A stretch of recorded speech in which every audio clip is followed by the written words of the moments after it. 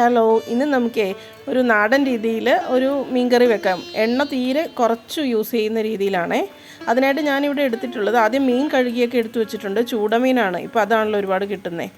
പിന്നെ അത് അതിൽ ചേർക്കാൻ വേണ്ടിയിട്ട് ചുവന്നുള്ളി എടുത്തു വെച്ചിട്ടുണ്ട്, ഇഞ്ചിയും വെളുത്തുള്ളി കുറച്ച് എടുത്തു വെച്ചിട്ടുണ്ട്, ഇഞ്ചി ഒരു വലിയ കഷ്ണം, പിന്നെ മുഴുവൻ മല്ലി, പിന്നെ ഉണക്കമുളക് എടുത്തിട്ടുണ്ട്, കറിവേപ്പില, പിന്നെ ഒരു സ്പൂണ് കുരുമുളകും കൂടെ എടുത്തു വെച്ചിട്ടുണ്ട്.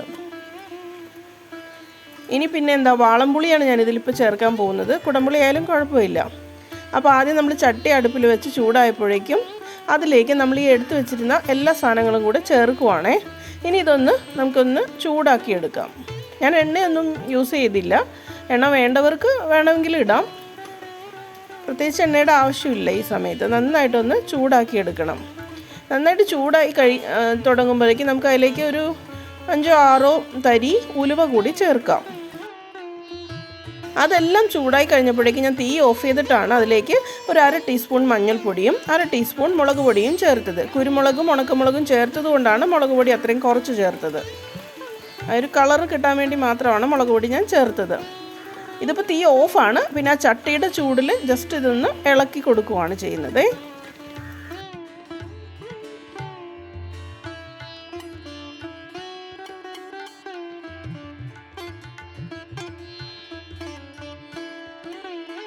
ഇനി ഇതിൻ്റെ ആ ചൂടൊന്ന് ആറിക്കഴിയുമ്പോൾ നമുക്കിതൊന്ന് അരയ്ക്കണം.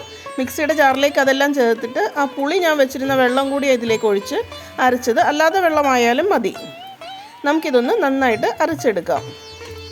ഇപ്പോൾ ഇത് നന്നായിട്ടിത് അരച്ചു വെച്ചിട്ടുണ്ട്.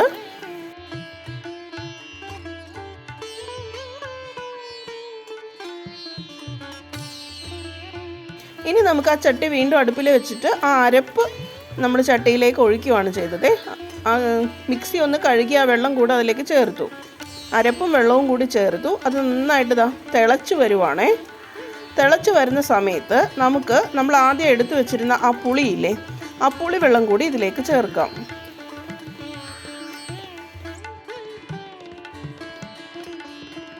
ആ പുളി ഒഴിച്ച് അത് വീണ്ടും ഒന്ന് തിളച്ച് തുടങ്ങുമ്പോഴേക്കും നമുക്കിനി അതിലേക്ക് മീനിടാം.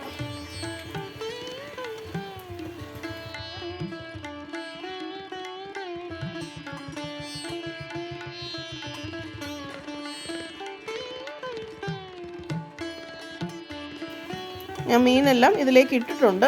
അന്നേരം ആ തിള ഇത്തിരി കുറയും, അറിയാമല്ലോ. അതിനുശേഷം വീണ്ടും ഒന്നും കൂടി ആ നല്ല വലിയ തീയിൽ തന്നെയാണ് ഇപ്പോൾ വെച്ചിരിക്കുന്നത്. അപ്പോൾ വീണ്ടും അതൊന്ന് തിളച്ച് തുടങ്ങുവാണേ.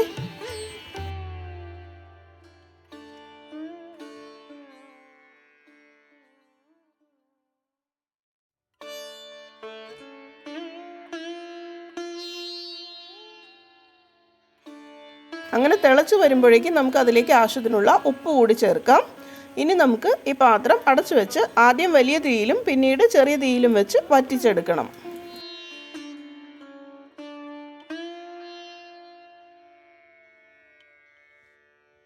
ഇപ്പോൾ അതിൻ്റെ ചാറെല്ലാം വറ്റി, ആ മീനൊക്കെ വെന്ത് അതിൽ മുളകൊക്കെ പിടിച്ചിട്ടുണ്ട്.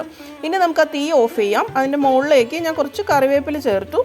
ഇനി ആവശ്യമുണ്ടെങ്കിൽ കുറച്ച് പച്ച വെളിച്ചെണ്ണ അതിൻ്റെ മുകളിലേക്ക് നമുക്ക് തൂവാം. ഒട്ടും വെളിച്ചെണ്ണ വേണ്ട ഉണ്ടെങ്കിൽ ഈ ഒരു സ്റ്റെപ്പ് ഒഴിവാക്കാം. അല്ലെങ്കിൽ കുറച്ചൊരു പച്ച വെളിച്ചെണ്ണ നമുക്ക് ഇതിൻ്റെ മുകളിലേക്ക് തൂവിയിട്ട് നമുക്കിതൊന്ന് അടച്ചു വെക്കാം. അത്രയേ ഉള്ളൂ. വളരെ സിമ്പിളായിട്ടുള്ള ഒരു മീൻകറി റെഡി ആയിട്ടുണ്ട്.